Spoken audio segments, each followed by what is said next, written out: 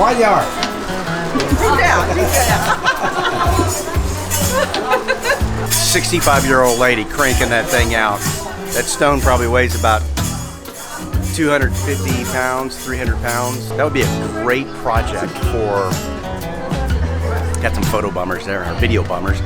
That would be a great chore for our children in the United States, is to ground red pepper. And then when they start crying and they're rubbing their eyes because they have to do it, they'll burn the crap out of them. And they won't whine or complain about having to ground red peppers.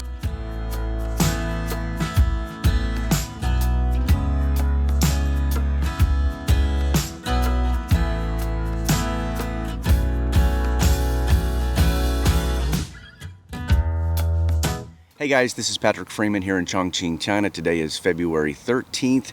It marks about the 19th video, 18th video that I've uploaded. I can't remember, to be honest with you, regarding my experience here in China in dealing with the coronavirus. And for those who are first visiting, I mean, this is your first time visiting this this channel, number one, welcome. I appreciate it. What am I doing? What's this all about? I'm trying to give you facts and instead of fear-mongering.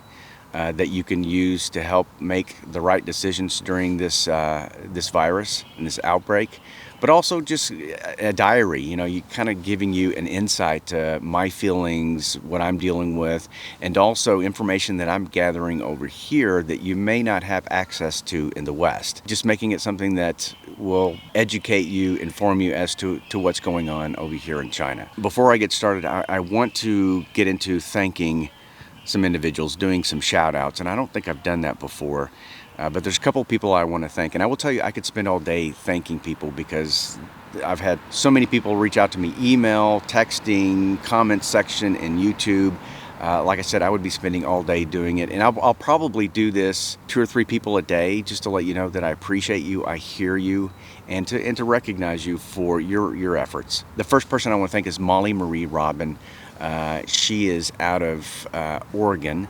I've actually known her for a couple of years. She has been really helpful in sending good information, good links to help me in my research process, and she's also posed some good challenging questions. So all of that is appreciated, Molly. I am forever grateful. Don't worry, girl, everything's going to be fine. You know, if it's like the apocalypse, Molly is the person that you want to be with, because she's Queen Prepper, so she's the person to hang out with. Probably learned some stuff from her, but thanks again, Molly. I appreciate it. The other person I want to thank is Shannon King Reed. She has also given me a lot of great articles and information and posed some challenging questions for me to think about. So thank you very much for your support and your prayers.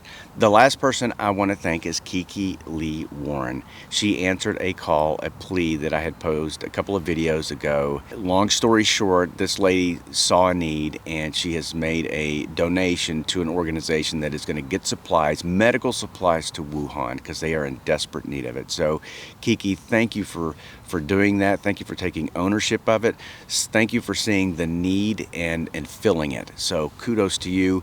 I got permission from Kiki to mention her name, and she asked me to convey to the her fellow Canadians, and I convey this to everybody else that's watching this. It's time to fill a need. It's time to stop watching the news on TV and bitching and complaining about it or speculating about it. There's a humanitarian need that needs to be filled here, and it's time to get off your rear end, turn the TV off, and start making an impact, even if it is a long distance thing. So I hope you guys hear the message. I hope you hear it, and I know you will. I know a lot of people have already answered the call. So, but either way, Kiki, thank you so much for doing what you did. I want to go over the numbers very quickly. You can go to worldometer.info and read through what I've got here. I think it's very interesting because it's updated quite often during the day. But the number of cases, coronavirus cases, 60,310. I haven't reported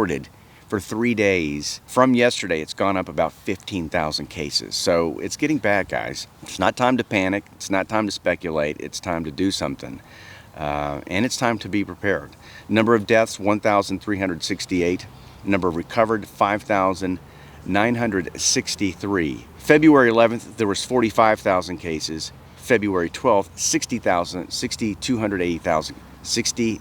there were 60,000 cases. So it continues to grow. And if you look at the actual chart below the numbers, it says total cases, but you'll see almost a vertical spike in the number of cases. I'm not going to go through the Excel spreadsheet. I'll let you guys read through that. There has been two cases reported in the United States, so we're now at 14. And the reason why I bring up the United States is because that's where I'm from. But there's about 29, 30 different countries, and your country will be listed there. I want to point out an interesting article that was posted on February 11th on worldometers.info, and it's about 5 bullets down, and let me read it to you because I want to make some comments about this article and how I think it impacts us and many other people.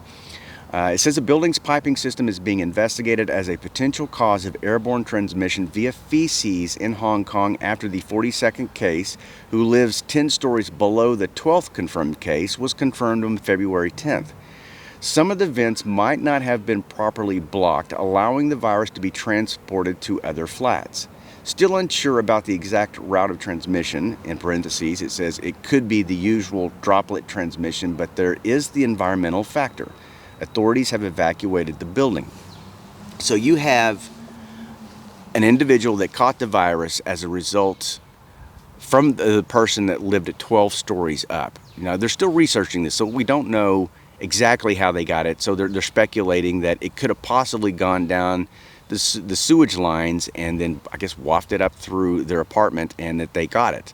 Well, that's one way that it could have happened. The other way, they could have simply been in the same elevator and that person sneezed and that's how they got it, or they coughed and that's how they got it. But I think it's going to be an interesting topic over the next couple of weeks in the news and confined spaces and how this thing is transmitted. That takes me to my second point of the cruise ships. We've got 2 cruise ships that have been isolated in different harbors around Japan with over a totaling, I think, like 6,000 people on these cruise ships. Well, just a couple of days ago, there was an article that said there was a big spike in the number of passengers that had contracted the virus, and I think it was like 100 plus. I'll get the exact numbers for you. It's about 100 plus people. And I think for anyone that's been on a cruise ship, we know that's not surprising because it's a confined space. You have literally thousands of people on these cruise ships, and the circulation is horrible. You're rebreathing everybody else's air, so it's not a surprise. As a side note, keep those people in your prayers, because I've seen some interviews where it's not very good on those cruise ships. They're having trouble getting water and getting fed. So that could be, a mini humanitarian crisis right there. My point in bringing that up is, these are floating petri dishes essentially, and viruses and bacteria breakouts happen on these things all the time. We've seen it over the past decade, past 15, 20 years. That brings me to talking about airplanes and a question that has been posed to me, and I've answered it once before, but this is really drilling down on my answer as to why I'm not returning to the United States.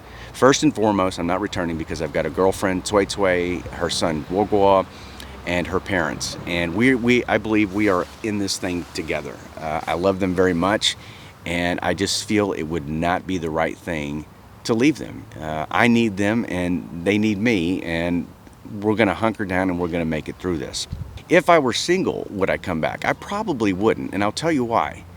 We talked about the ships being in a confined place, right? A confined space. Let's talk about airplanes. From Chongqing to Los Angeles, LAX, it's about a 14, if you go direct, okay? If you go direct, it's 14 hours. If you're doing connecting flights, you're talking about a 2-day ordeal, and your ass is worn out after that. So I'm sure your immune system is down. But you're on a plane in a confined space. It's not like a cruise ship where you can step outside and get some fresh air. You are in a confined space for 14 hours. They are still allowing people to fly from China to various countries, the United States. There's got to be someone possibly on that plane that has it. There's been more research done, more research released. Johns Hopkins has been saying that there's a possibility that the incubation time could be like 30 days, that somebody could have this, not show the signs, but still be contagious. So there's no way I'm getting on an airplane. I actually feel safer staying here in Chongqing with the family and being as diligent and safe as possible and not exposing myself. You know, I know I'm not wearing the mask now, but there's no one around me. It's about 65 degrees, the first time that it's actually been this warm in probably 6 months. And we know the virus does not like heat. So I'm actually out here trying to get some vitamin D and increase my immune system. I hear vitamin D is very good for the immune system. But again, if I were single, I wouldn't get on a plane because it's safer to stay here. You know, I know my family's probably not happy with me. I know they love me and I love them. They have done some things for me. Even in my most stupidest moments, they have done some unbelievable things for me, and they still get the award for the best family. I've got the best brothers, I've got the best son, the best mother, I've got the best sister-in-laws, nieces and nephews, just an awesome family. I know they're probably not happy with me, but I feel safer here, guys. And I feel good too that you're in a place that doesn't have, that it's not near as bad as it is here. So don't worry about me. We're being good, we're being safe, and we're doing everything possible to make sure that everyone is taken care of and does not contract the virus. So don't worry about us. Besides, I got God Chismo. That's what I decided to call it, God Chismo. We've heard like machismo. It's like in Mexico, that men got this kind of very pride thing, and every culture has this kind of man attitude, but I call it God Chismo. God Chismo is, I got faith. I'm taken care of. Like I said, I've got God Chismo. He's good. He's faithful. The other reason why I feel safe here, obviously there is some trust in the developer of this application, but this application here actually shows all the cases that are in the Chongqing area. And if you can see, I'm located right here. There are two cases north of us about 5 or 6 miles, and there's one case that's probably about 6 or 7 miles from where I'm located. But if you can actually see all the cases that are in Chongqing. In Chongqing, I know there's over 500 confirmed cases, and you can actually see that this has been updated. I mean, it's updated whenever there's a reported case, and these are reported through the various hospitals. So if a hospital has a case come in and they confirm it, then they report it to this medical program, and it shows up. So I feel good in knowing that the cases are not that close to us. You know, even if it did get closer, I still feel safe because we're doing everything we possibly can to protect ourselves. Okay, guys, that wraps up today's episode. Thank you very much for joining me. I appreciate it. Thank you for the continued prayers and support and encouragement. I still believe that I have the best subscribers in the entire YouTube world. You guys rock. You play nice in the comments section, and you're just good people. I love it. I just love you guys, every single one of you. Every single one of you, babe. That's my Sammy Davis Jr. impression. I'll leave it with that. Thanks again, guys, and we'll see you in the next video. Be safe.